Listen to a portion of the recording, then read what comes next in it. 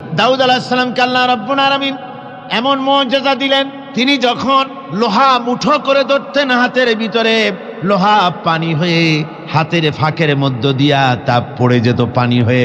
এভাবে মুজিজা তাকে দেওয়া হলো। সুলাইমান আলাইহিস সালামের মুজিজা ছিল তক্তার উপরে বসতেন, ইঞ্জিন লাগতো না, মেশিন লাগতো না, বিনা ইঞ্জিনে বিনা মেশিনে তক্তা হাওয়ার উপরে উড়ে সারা পৃথিবী ঘুরে আসতেন। ঈসা আলাইহিস সালামের মুজিজা ছিল জন্মদের চোখের উপরে হাত বুলিয়ে দিতেন, সঙ্গে সঙ্গে চোখ তার ভালো হয়ে যেত। আবার কুষ্ঠ ব্যাধিগ্রস্ত লোকের গায়ে হাত বুলিয়ে দিলে তার শরীর ভালো হয়ে যেত। এটা ছিল তার মুজিজা। রাসূল পাক সাল্লাল্লাহু আলাইহি ওয়াসাল্লামের সময় মুজিজা, তার সময় প্রভাব ছিল সাহিত্যের। সাহিত্য আর কবিত্বের এত বেশি প্রভাব বিস্তার হলো, তারা কবিতা লিখে লিখে রচনা করে করে কাবা শরীফে লাগাই দিত। পারলে এই কবিতার সাথে মোকাবেলা করো এই চ্যালেঞ্জের। আল্লাহ রাব্বুল আলামিন সেই সময় কোরআনে কারীমকে অবতীর্ণ করে দিলেন।